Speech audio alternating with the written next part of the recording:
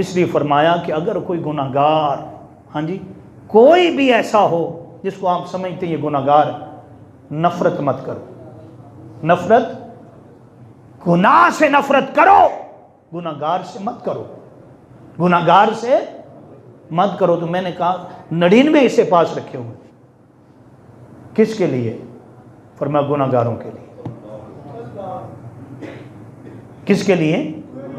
تو اس لیے اگر کوئی مسئلہ پوچھے، یعنی طبیعت ایسی ہونی چاہیے، رحمت کے قریب کرو.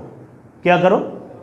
لوگوں کو کافر مت بناؤ، کافر کے فتوے مت دو.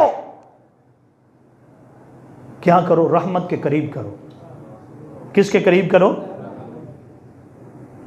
جب آپ رحمت کے قریب کریں گے تو اللہ پاک آپ پر خوش ہو جائے گا. کیا ہو جائے گا؟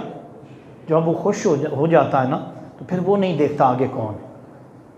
آگے پھر وہ عورت جس کو امام بخاری نے بیان کیا، فوشا ہے نا، 2 نمبر عورت ہے نا، برا کام کرتی ہے نا، راستے میں جا رہی ہے